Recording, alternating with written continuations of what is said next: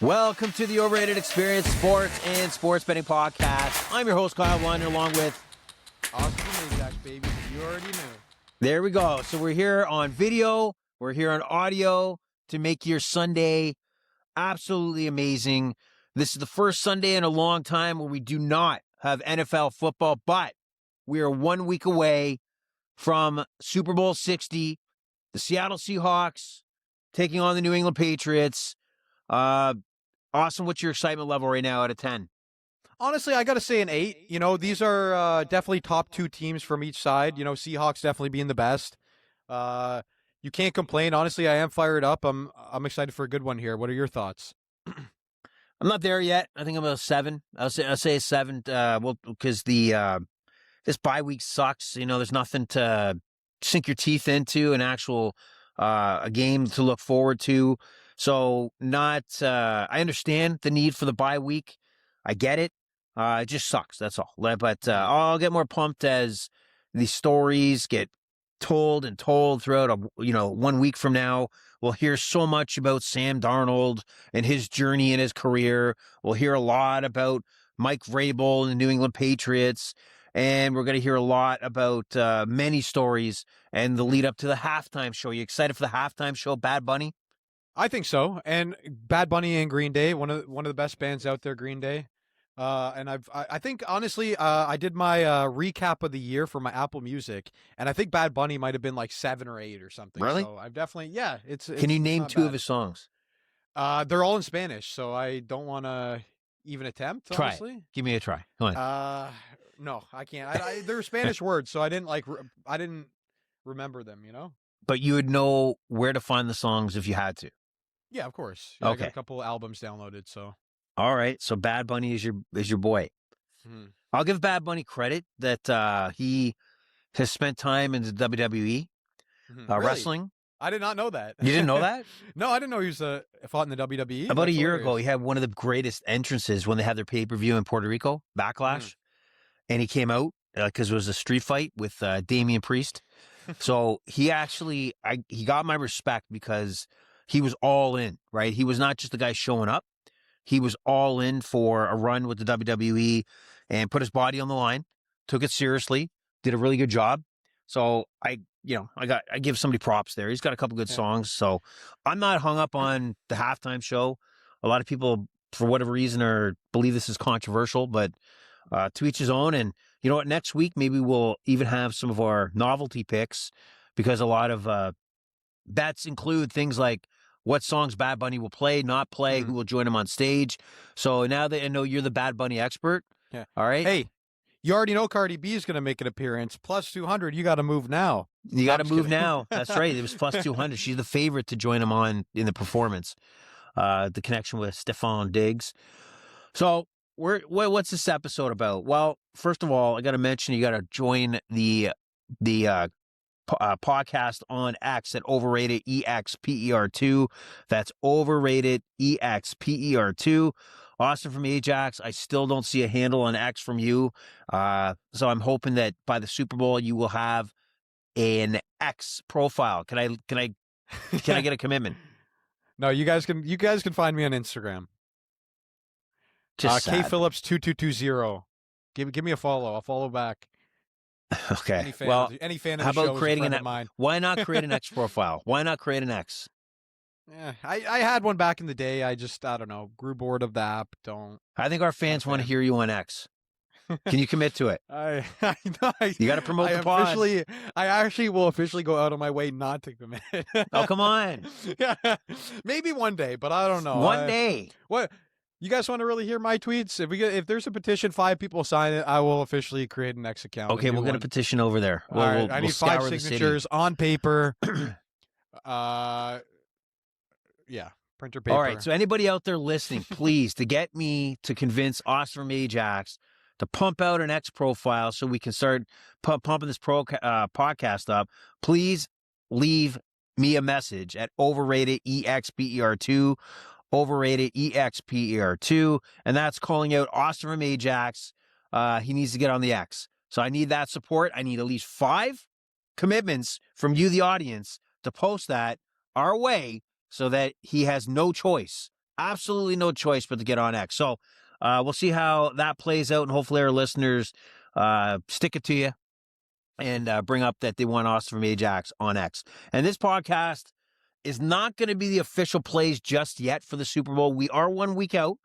This is a conversation about the whole event itself. We're going to look at some early lines, have some discussion on some of the top players and the props. Props is absolutely huge. And look at some of the stories around the NFL right now. So it's such a massive week, and we're going to do some fun things here, including walk through exactly the timeline. So the timeline, just to get you going here, Austin, just looking at what to expect on a Super Bowl week.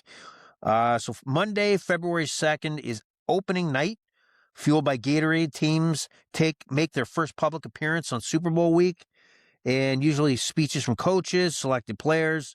So that's when the teams will first talk, and they arrive in, I don't have the dates when the Seahawks or the Patriots actually set down in Santa Monica where the Super Bowl is going to take place.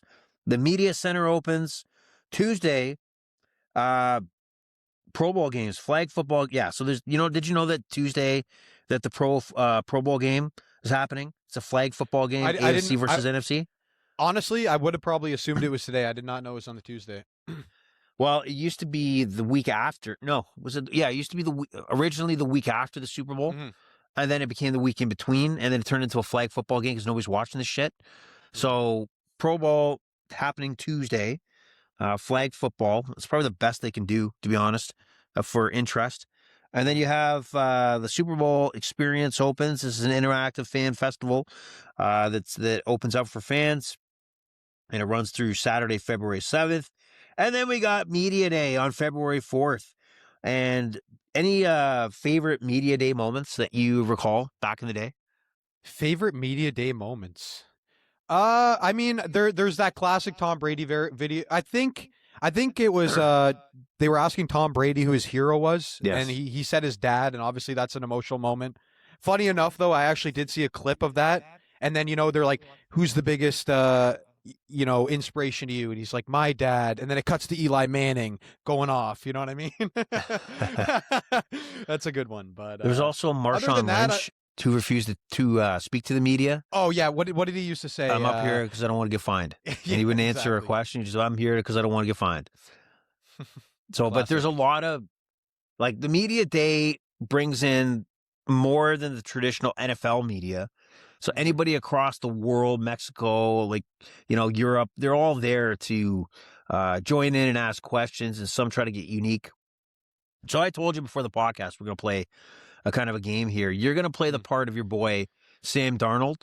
Okay. And I'm going to play the part of some jackass media member who's asking inappropriate questions or framing the question inappropriately. And you're going to take the high road and answer based on, cliches and very boring answers. Okay. Okay. Are you ready? I'll give it my best. Let's do it. All right, Mr. Darnold. This is Billy Johnson from the Tallahassee Gazette. I'm here to talk about the NFL football. So my first question, Mr. Darnold, pleasure to be here, by the way. Well, congratulations. Thank you, sir. Oh, that's absolutely. Sam Darnold, I think a lot of people want to know that, you're known as the ultimate choker. You kind of have that reputation of being a total loser when it comes to pressure. Are you even surprised you haven't shit yourself yet up to this point for the massive pressure you have probably faced getting to this point? You know what? How dare you, sir? My win record speaks for itself. I don't need to justify things to you. You're missing the point of the whole exercise here. You need to answer in a professional manner. I can't do that. You're supposed to say that I'm very, it's all about the team, and with the grace of God, the teammates have really helped me get to this point, and I feel that we're ready for the next challenge. All right, that's not my version of Sam Darnold. All right. Okay, what's your version? This filet o fish is spicy. All right, we got a new item on the menu now. Okay, so basically, your Sam Darnold version's a little more chip on his shoulder. Yeah, Uh, maybe the reason why I'm that version of him is because, this guy, until maybe now, this guy, Sam Darnold's never gotten any respect. He hasn't even, I don't even think people really looked at him as like a top 10 quarterback. And, I could probably argue he's within the top 5 now. I mean, where's oh my everybody God, else? really? Yes, Top his five? efficiency. Like, look, there's a reason why the Vikings, did they not, they fired their head coach, right? No, their general manager. Their general manager. Okay. Yes. I gotta assume though that's factored in letting go of Darnold. Like There that whole scenario is very weird how it played out, because you would have think or thought if they were going to fire and make that decision for their general manager, it would have happened immediately after the season. mhm. Just like kind of like coaching decisions take place. Yeah. But the decision was made after they had sent this guy to the Senior Bowl Mhm. to scout for the Minnesota Vikings. And he comes home and they decide, that's it. We're done here. You're out. Well, I heard this, and this was like fan accounts on Instagram, but they're saying like, oh, Sam Darnold got to the Super Bowl, and that's why this guy is fired. You know what I mean? I mean, straight Well, up, you can't tell me the Minnesota Vikings with Sam Darnold. You can't tell me they're not a playoff team. I think there's a chance that, you know, okay, there's no question. Like the quarterback situation in Minnesota fell apart, right? They Mhm. decided not to re-sign or aggressively go after Sam Darnold, and he leaves for Seattle. They hung their hat on JJ McCarthy, and I gotta believe that they're thinking, "Fuck, we're screwed." Like we're like, I don't. Mhm. I gotta believe this is kind of like an Anthony Richardson situation in Indy where they're raising a red flag that we may not have our franchise quarterback. We may have put our chips into the wrong pile here because this guy might not be the guy. Remember, they also had Daniel Jones Mhm. backing up late in that year last year, and he left. So they were all in on JJ McCarthy, and it did not work. It did not work, and the victim of that is obviously general manager Kwesi, oh Jesus, man, Adolfo Mense. Wow. I really think the Minnesota Vikings took a gamble. I mean, at the end of the day, Sam Darnold, he gave you a 14-4 season, and this guy did that for your franchise, and he's getting paid big money. Don't get me wrong, but he's on a 3-year. Sam Darnold's on a 3-year, $100 million contract, 100 million and a half dollars for three Yeah. years. And it's like, yeah, that's a lot of money. But I mean, guys like Mahomes are getting 500 for their entire career. You're getting Sam Darnold's prime. I just don't think like they're putting their faith in a guy, but there's too much uncertainty there. The Vikings should have been a win now franchise. Justin Jefferson, they got one of the best wide receiver tandems in the whole game. And taking a shot at a rookie when a guy just gave you 14 wins in a season is just mind-boggling to me. But I mean, Well, I've always been yeah. a big Sam Darnold fan. I don't think he's the sexiest quarterback, but he always seems to get the job done. Always seems like he's like underrated, and he's one game away from a Super Bowl now. So Yeah, well, hey, let's give credit where credit is due here. Is I even thought Sam Darnold, after what we saw in Minnesota, was all right. He's peaked. Like he's going to get you a solid season if you got a strong team around him. He's not going to be necessarily the quarterback's going to raise up all that underachieving talent. But he got the job done and kind of fell apart to me in those tough pressure games against the Rams and Lions late in that year last year. So I was skeptical. But let's look at some of the organizations out there that have a thought process, a pathway to success. And Mike McDonald, second year, like just coming off one season as head coach of the Seattle Seahawks, decided that, you know what, Geno Smith's not my guy. He's not going to get us where we want to go. They made the trade with the Raiders. They got rid of Geno Smith, which I thought at the time, probably for the Raiders, that was a good move because of the fact that they had nothing at quarterback. That obviously didn't work out as they're going to be drafting first overall. And then when they decided to pick up Sam Darnold, the thought was, did they really upgrade? But apparently, Mike McDonald's vision was spot on and bang on the team he wanted to build. The Sam Darnold was the guy to make that Seahawk team take that next step. I remember they signed Cooper Kupp as well. And I thought he was done. He was done pretty much the whole year, but you can't argue the role he played, especially in that conference championship we seen last week. He was critical. Probably the most controversial catch to get that first down, but he was critical, Cooper Kupp. So Mike McDonald, absolutely on fire when it Yep. comes to making the unpopular decision, the one that not everybody's backing at the time of the decision, and then you look like a genius. Because that's what he looks Yeah. like. He looks like a genius. Yeah. Cooper Cup, what a great ad. I'm sure they got him on a massive discount. You know, he's been there before, right? Cooper Cup has Yes. a Super Bowl. So, you know, you want a guy like that on your team, even if he's lost a bit of a step, you know? And honestly, obviously I need a second here, but I want to see how much he's making per year because I think it's a massive discount. All right. So when you do that, I'll just go back to the festivities that are taking place. And so we got Media Day on Wednesday where Sam Darnold here didn't want to participate. And then we have Thursday, we have the NFL awards. So this is where we're going to find out who the MVP is. And Sammy Darnold is our favorite right now still is Matthew Stafford. What do you think? What's like, do you believe that when the announcement comes out, is Matty Stafford the guy? So I still think it should be Matthew Stafford. I know Drake May's the guy who's in the Super Bowl right now, but officially with the voting, I'm pretty sure you cannot factor in the playoffs, right? So if we're going No, off you straight can't. off if we're going straight off regular season, I still think it's Stafford. You know, Drake May. Would I throw a fit if Drake May was the guy to win? No, but I still would think it's like the wrong answer. I would think that there's a little bit of rookie bias. Like I don't really know. Like not rookie, but you know what I'm saying? Yeah. I think you got to give it to Stafford. What are your thoughts? You know, I've been on Stafford all year. I've been telling our concrete community and our listeners take him, take him, take him. Every time that line switched, so I gotta stay true here. Yeah, the opportunity. We sat here on the podcast, like you mentioned, and we talked about Matthew Stafford, especially when he dropped back that 1 week where Drake May took over, and now it looks like Matthew Stafford's a runaway favorite here, minus 900 to win the Wow. award, and that value was there earlier on in the season when everything looked like it was going to be Matthew Stafford, and Drake May is a far distance number 2 at plus 650, and everybody else is like Josh Allen's number 3. Like I can't see him winning an MVP at all. So it's down to 2, but really it's over. The race looks like it's going to be over, and it's going to be Matthew Stafford at minus 900. That sucks because we had a chance.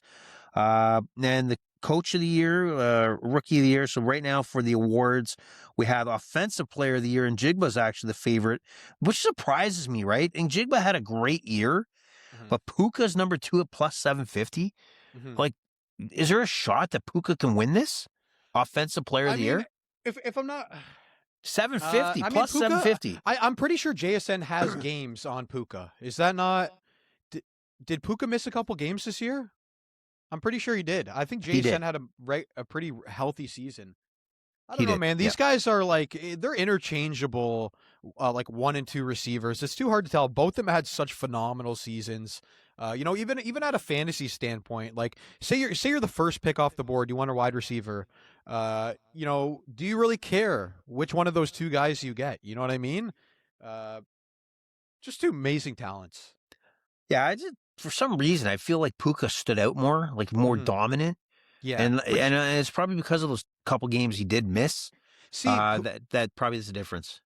Puka, Puka may have been better, but also JSN, this was the 1 year he truly emerged. Before Yes. this, he was not the same guy. So I think there could be a little bit of like all the eyes are on him. Like, holy shit, like this is the biggest breakout we've seen in years, right? Because he's been in the NFL for what, 2-3 seasons already, playing with Lockett and DK Metcalf. And then those two guys leave and he's like, hey, I'm the guy now. And you know, the whole league's looking at him as kind of like the new contender for number 1 at the very least. So it's I am been the fun to captain now. watch. It's been fun to watch, and you know, I think Darnold's a factor in that. But wow, JSN, what a talent!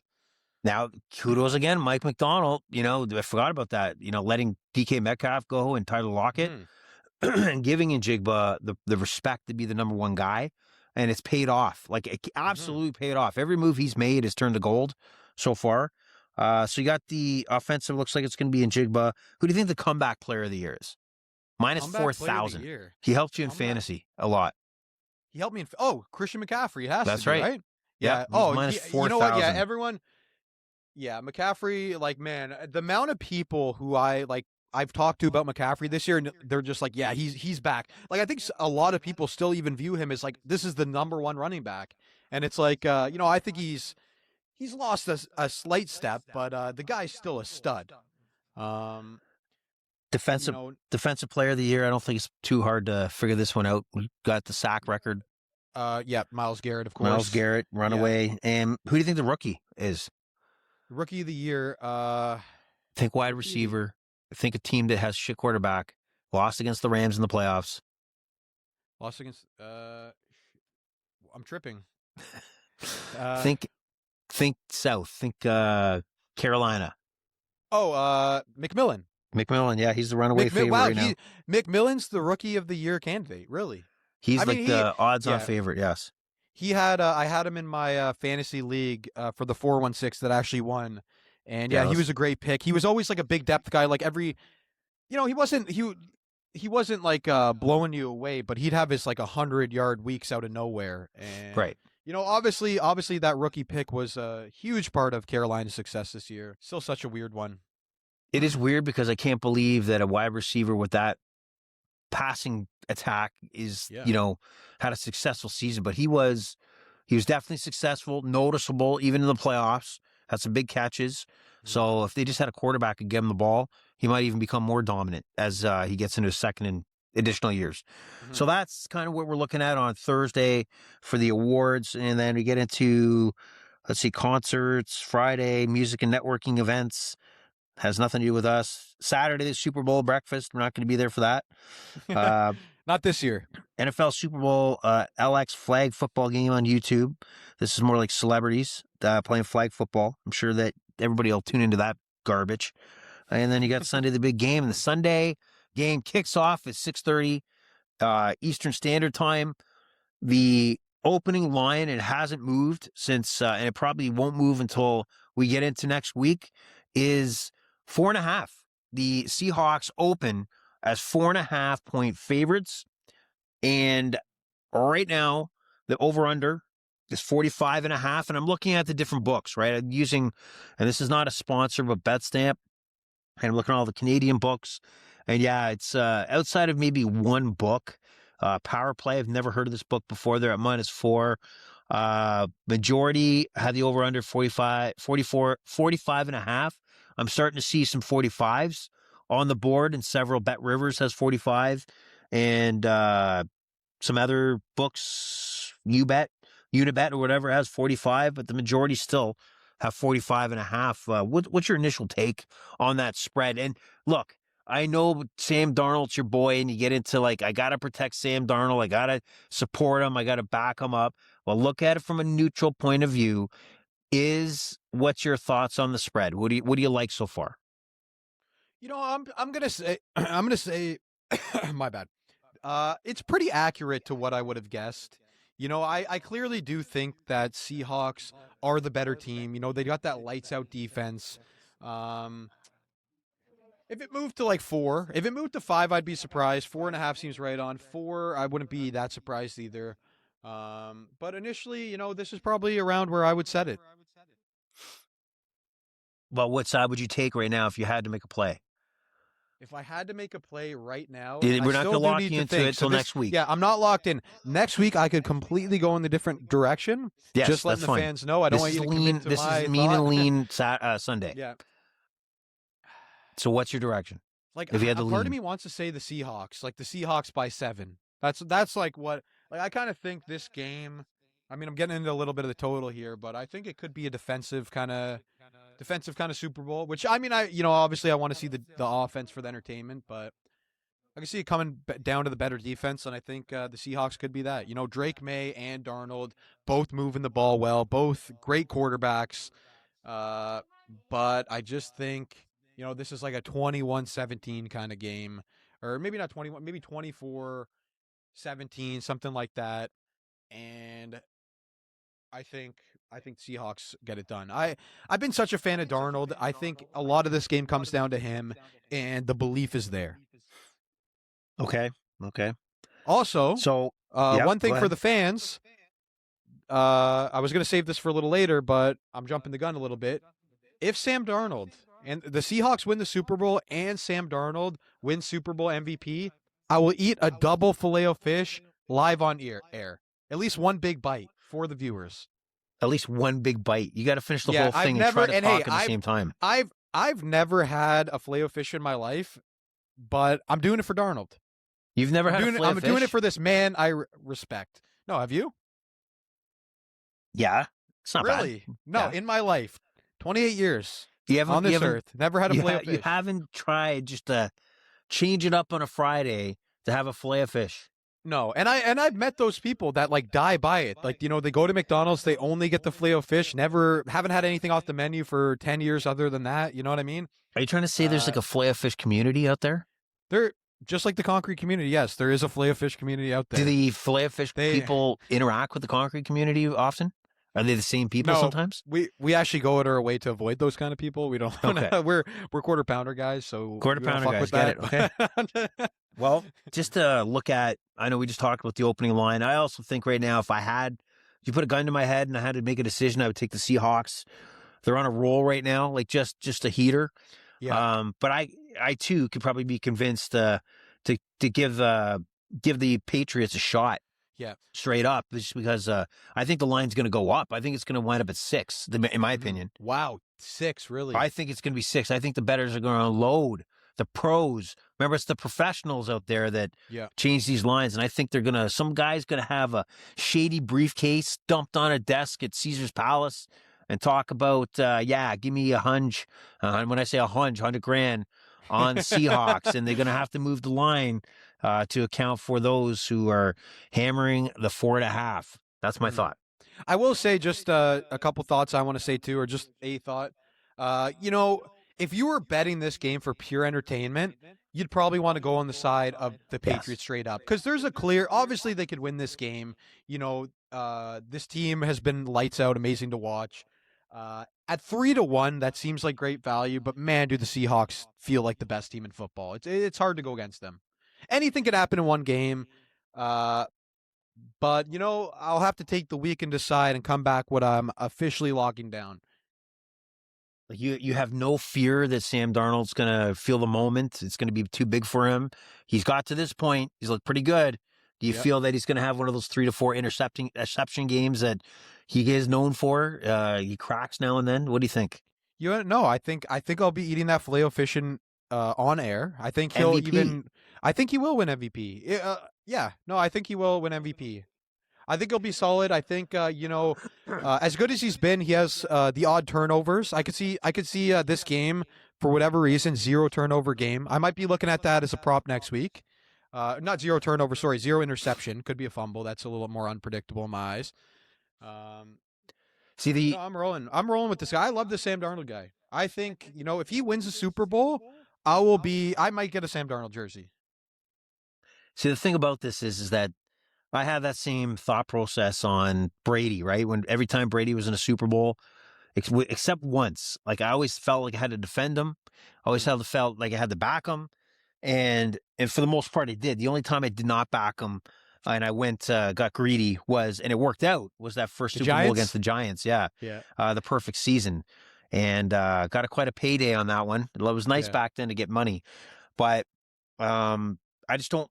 And people congratulations, the Patriots got to the Super Bowl. I'm like, look, I'd love to take credit for this, but I'm not really a Patriots fan. I was more of a Brady fan. So even I have to disassociate myself now with the Patriots. So I feel like I got to put out a press release. Like, no, I'm not associated. I will take credit for those 6 Super Bowls though, and the 1 Super Bowl in Tampa Bay, but I can't take credit for this run. I'm not on a Patriots bandwagon without Brady. So just to be clear and public about that, I am very neutral, and that's how I'm going to look at this game, and I'm going to take a hard look at the lines. Any prop bets that you bet in the Super Bowl and again, we don't have to look at them necessarily right now, but is any bets that usually you would bet in a Super Bowl or consider that you... No, definitely.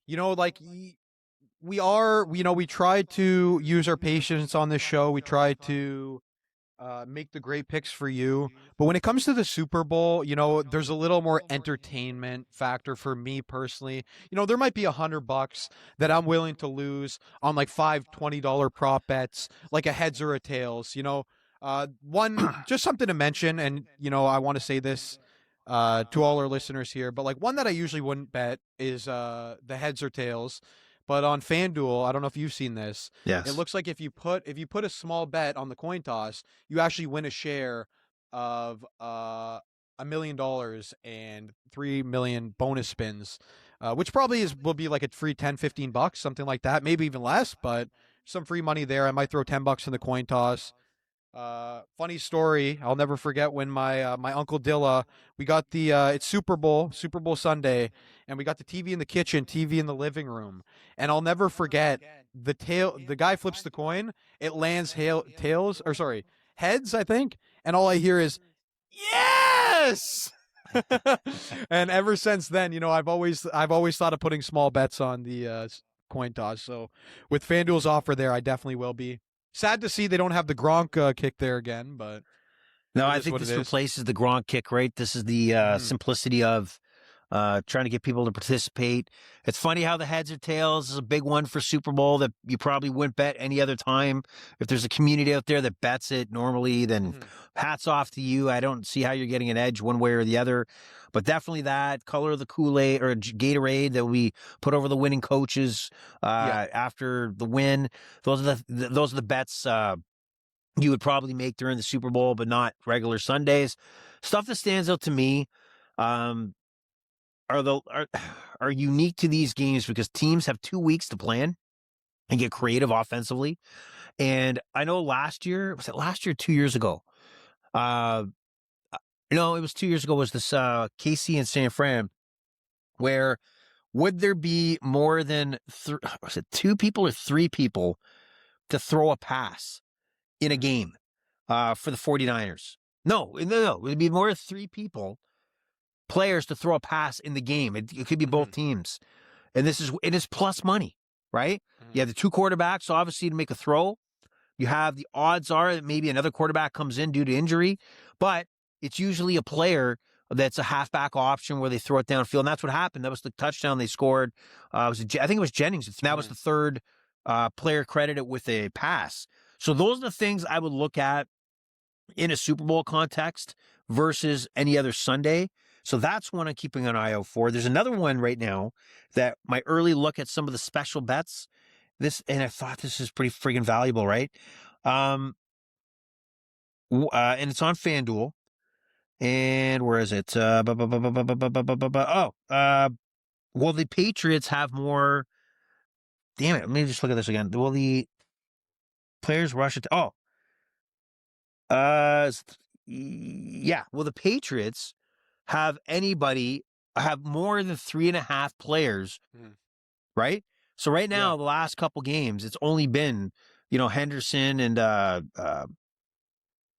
what's the name, Rashad Stevenson Mhm. and Drake May that have the rush attempts. You tell me that in the Super Bowl for plus 162 that the Patriots might not have a reverse, Mhm. something like that. I got to believe there's.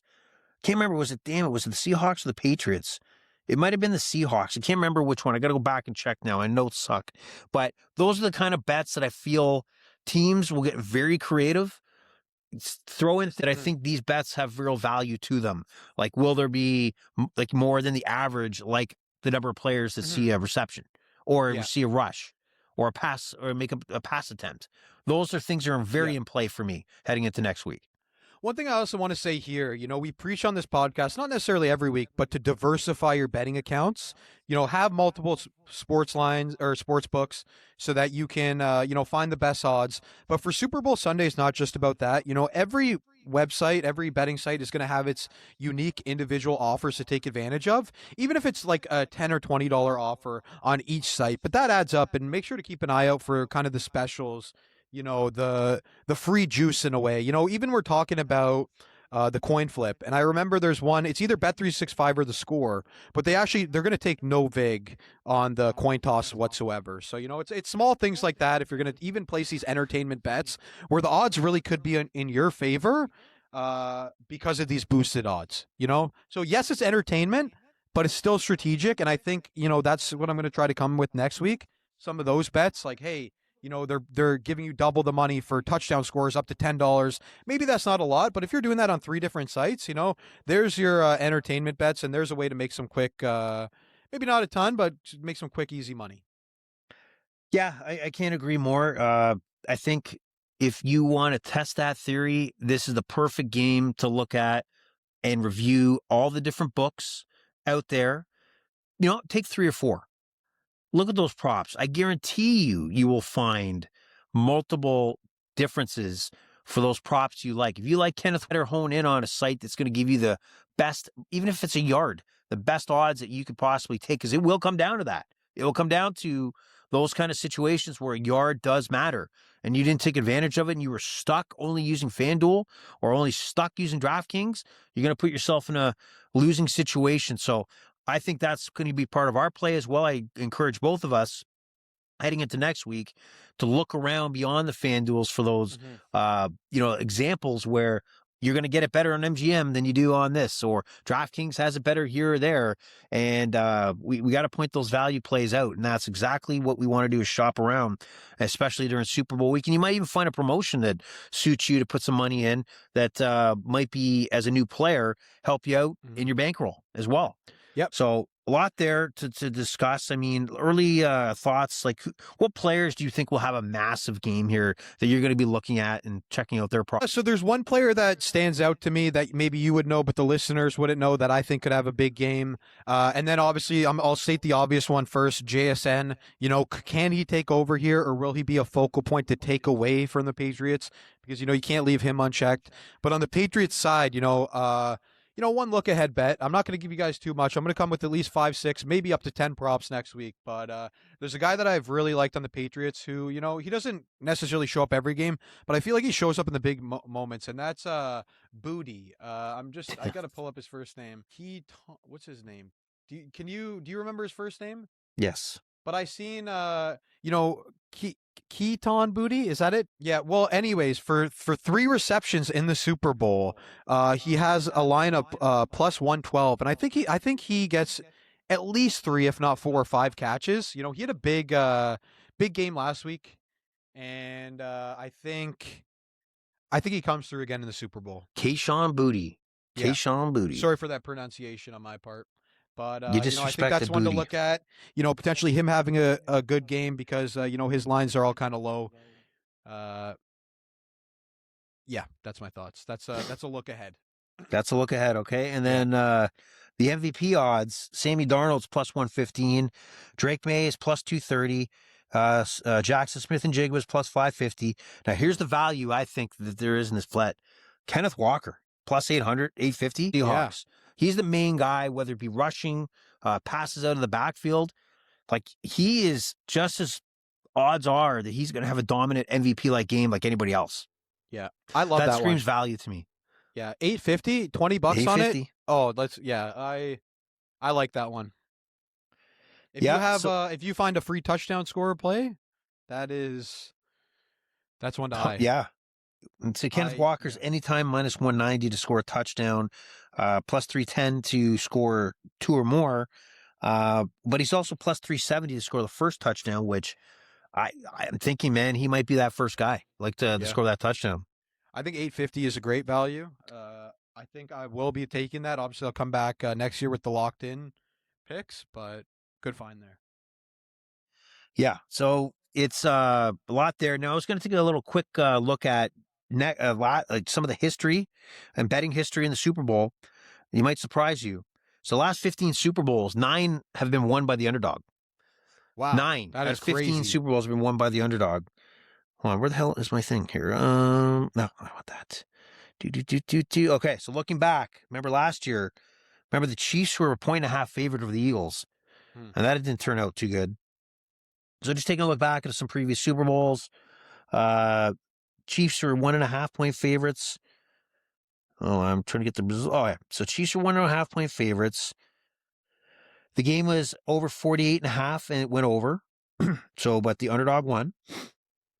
Did you know that 2 years ago, the 49ers were 2-point favorites over the Chiefs? Really? Yes, I I remember think that I because it may was have always about remembered that. Mahomes. You don't bet against Mahomes. Mm-hmm. And the game finished 25-22 in overtime, but stayed under. Yeah, and they had a big comeback in the fourth quarter. I think the Chiefs, or maybe not Yeah. a big comeback, but I know they came back. And then you remember Eagles, Chiefs. The Eagles were actually the favorite in that game, Mm-hmm. but they wound up losing. The game went over. Rams, Bengals. What do you think the line was at during that Super Bowl? I think the Rams were a heavy favorite there. 4.5 points. Four. Yeah, I was about to say 4. The game obviously covered 23-20 Rams, so the Bengals did cover. That was all Joe Burrow. Cincinnati still had a bad defense back then. Even I think I don't know if the O line was still crushed, but I remember that Super Bowl. The Rams felt like a way more complete team. And Another Matthew Stafford season, MVP season, by the way. I think. Yeah, Chiefs, Buccaneers, and the Chiefs are 3-point favorites, and the Buccaneers blew them out 31-9. Yeah. See the theme here? All the we got a winner in the Rams, but they couldn't cover the spread. So nobody's been covering the spread. Yeah. In this Super Bowl. So I mean, this is the kind of things that screw with my mind. Thinking, okay, New England, let's go Pats. Right, let's and no get one's back surprised on the if this bandwagon. team wins. Yeah. Yeah. So a lot to think about. To really look back at the history that it's one game, one big game, and you got Drake May. The thought is that the Patriots had the easy road to get into this Super Bowl, while the Seahawks had to have obviously some tough matchups, 49ers, Rams. And did you hear the Drake May song I sent you? No, I didn't see that. You sent me a Drake May song? There's a Drake May song. Oh, Drake no, May. Drake May. Like this, it's actually what? an actual song on Spotify. Somebody put together about Drake May. I encourage you to take a listen. All right, I will. Okay, and I'll give you your thoughts. Yeah. Also, something very important on the podcast. I don't think I've broken the podcast up with the weekly concrete fact. Let's go. And I got an interesting one this week. Okay. By carefully mixing lightweight aggregates like expanded clay, shale, or even tiny pockets into the mix, we can create what's called lightweight concrete, strong enough to build with, yet light enough to float on water. So you can actually make concrete that actually floats on water, which, you think it's like a stone. Yeah. Goes to the bottom, but by mixing in those things, you can actually build floatable foundations. All fact. Nice. There we go. Sweet. Are you gonna run into these facts, or like they? I mean, the quality could drop. I'm not sure, but I mean, I'm sure there's got to be a couple hundred, right? Do you find your the cement guru? Do people stop a few times a day? 2 times a day. Got it. Okay. We forgot to talk about one thing before we close out. Is the NFL Hall of Fame was voting, and Bill Belichick is not in on the. He'll get in next year, but they decided he deserves to wait a year. So the guy's only won 6 Super Bowls as head coach, more than anybody else. He's won 2 Super Bowls as a defensive coordinator with the New York Giants back in the day. But I guess he's not good enough. Oh, sorry. He's got second most wins ever as a coach. He's got the number 1 amount of wins in playoff history. But his resume is not deserving of a first ballot Hall of Famer. What a joke. Yeah. I mean, we're beating a dead horse here. I pretty much align with this, but unless you're a douchebag out there, and there's many douchebags online that try to just have a hot take for people to listen to them, a la Skip Bayless. That guy just loves to hear himself talk, man. He had an 11-minute rant about, I guess, justifying why Bill Belichick wasn't put in. There's stupid. idiots. It's disgusting. Okay. I mean, at the end of the day, you have a conversation with any NFL fan. You're sitting at a bar, you're talking. Hey, who do you think the best coach is of all time? Right. 9 out of 10 of them are probably saying Bill Belichick. And if they're not saying it, I could beat them in an argument to say why he is. If he's not a first ballot Hall of Famer, there's something wrong. There's something wrong with this whole process. And all they've done right now, that committee, by not putting him in the first year, because of Spygate and Deflategate, etc. It is you're torpedoing your credibility as an organization, and this whole thing, the whole concept of the Hall of Fame, is now you've done this to yourself.